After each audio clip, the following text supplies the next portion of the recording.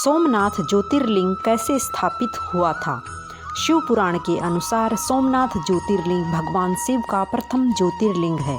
पुराणों में सोमनाथ ज्योतिर्लिंग की स्थापना से संबंधित कथा इस प्रकार है।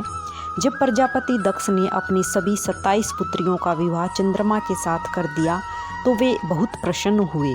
पत्नी के रूप में दक्ष कन्याओं को प्राप्त कर चंद्रमा बहुत शोभित हुए और दक्ष कन्याएं भी अपने स्वामी के रूप में चंद्रमा को प्राप्त कर सभी कन्याएं भी इस विवाह से प्रसन्न थी। चंद्रमा की उन 27 पत्नियों में रोहिणी उन्हें सबसे ज़्यादा प्रिय थी, जिसको वे विशेष आदर तथा प्रेम करते थे। उनका इतना प्रेम अन्य पत्नियों से नहीं था। चंद्रमा की अपनी तरफ उदासीनता और उपेक्षा को देखकर रोहिणी के अलावा बाकी दक्ष पुत्रियां बहुत दुखी हुई। वे सभी अपने पिता दक्ष की शरण में गई और उनसे अपने कष्टों का वर्णन किया। अपनी पुत्रियों की व्यथा और चंद्रमा के दुर्व्यवहार को सुनकर दक्ष भी बड़े दुखी हुए। उन्होंने चंद्रमा से भेंट की और शांतिपूर्वक कहा, कलानिधे, तुमने निर्मल व पवित्र कुल में जन्म लिया है, फिर भी तुम अपनी पत्नियों के साथ भेदभावपूर्ण व्यवहार करते हो। तुम्हारे आश्रय में रहने वाली जितनी भी स्त्रियां हैं, उनके प्रति तुम्हारे मन में प्रेम कम और अधिक ऐसा सोतेला व्यवहार क्यों है? तुम किसी को अधिक प्यार करते हो और किसी को कम प्यार देते हो। ऐसा क्यों करते हो? अब तक जो व्यवहार किया है वह ठीक नहीं है, फिर अब आगे ऐसा दुर्व्यवहार तुम्हें नहीं करना चाहिए। जो व्यक्ति आत्मीय जनों के साथ विषमतापूर्ण व्यवहार करता है उसे नरक में जाना पड़ता है। इस प्रकार प्रजापति दक्ष ने अपने दामाद चंद्रमा को प्रेम पूर्वक समझाया और चंद्रमा में सुधार हो जाएगा ऐसा सोच प्रजापति दक्ष वापस लौट आए। इतना समझाने पर भी चंद्रमा ने अपने ससुर प्रजापति दक्ष की बात नहीं मानी। रोहिणी के प्रति अतिशय आसक्ति के कारण उन्होंने अपने कर्तव्य की अवहेलना की तथा अपनी अन्य पत्नियों का कुछ भी ख्याल नहीं रखा तथा उन सभी से उदासीन रहे। दोबारा समाचार प्राप्त कर प्रजापति दक्ष बड़े दुखी हुए। वे पुनः चंद्रमा के पास आकर उन्हें उत्तम नीति के द्वारा समझाने लगे।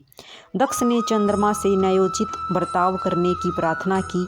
बार बार आग्रह करने पर भी चंद्रमा ने अवहेलना पूर्वक जब दक्ष की बात नहीं मानी, तब उन्होंने चंद्रमा को शाप दे दिया। दक्ष ने कहा कि मेरे आग्रह करने पर भी तुमने मेरी अवज्ञा की है, इसलिए तुम्हें 6 रोग हो जाए। दक्ष द्वारा शाप देने के साथ ही क्षण भर में चंद्रमा 6 रोग से ग्रसित हो गए। उनके क्षीण होते ही सर्वत्र हाहाकार मच गया। सभी देवगण तथा ऋषिगण भी चिंतित हो गए। परेशान चंद्रमा ने अपनी अस्वस्थता तथा उसके कारणों की सूचना इंद्र आदि देवताओं तथा ऋषि दी।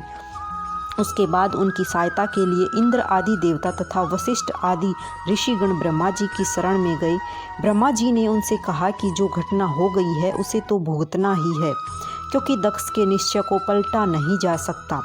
उसके बाद ब्रह्मा जी ने उन देवताओं को एक उत्तम उपाय बताया। ब्रह्मा जी ने कहा कि चंद्रमा देवताओं के साथ कल्याणकारक शुभ प्रभास क्षेत्र में चले जाए। वहाँ पर विधि पूर्वक शुभ मृत्युंजय मंत्र का अनुष्ठान करते हुए श्रद्धापूर्वक भगवान शिव की आराधना करे। अपने सामने शिवलिंग की स्थापना करके प्रतिदिन कठिन तपस्या करे। इनकी आराधना और तपस्या से जब भगवान भोलेनाथ प्रसन्न हो जाएंगे तो वे इन्हें 6 रोग से मुक्त कर देंगे। पितामह ब्रह्मा जी की आज्ञा को स्वीकार कर देवताओं और ऋषियों के संरक्षण में चंद्रमा देवमंडल सहित प्रभास क्षेत्र में पहुंच गए।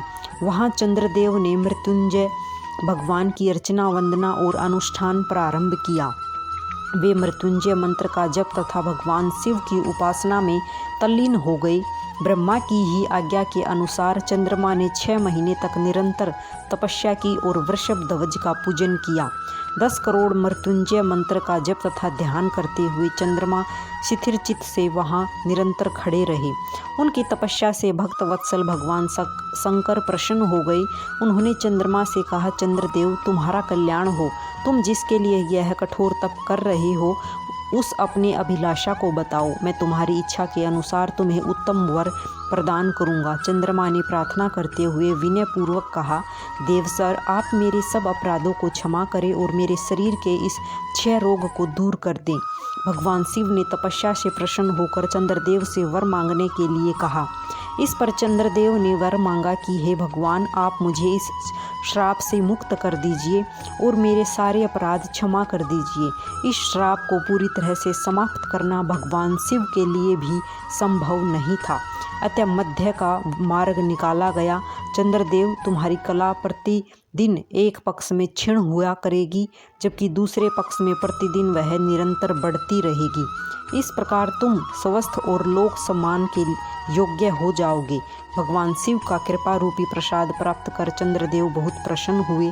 उन्होंने भक्ति भावपूर्ण शंकर की स्तुति की। ऐसी स्थिति में निराकार शिव उनकी दृढ़ भक्ति को देखकर साकार लिंग रूप में प्रकट हुए और संसार में सोमनाथ ज्योतिर्लिंग के नाम से प्रसिद्ध हुए।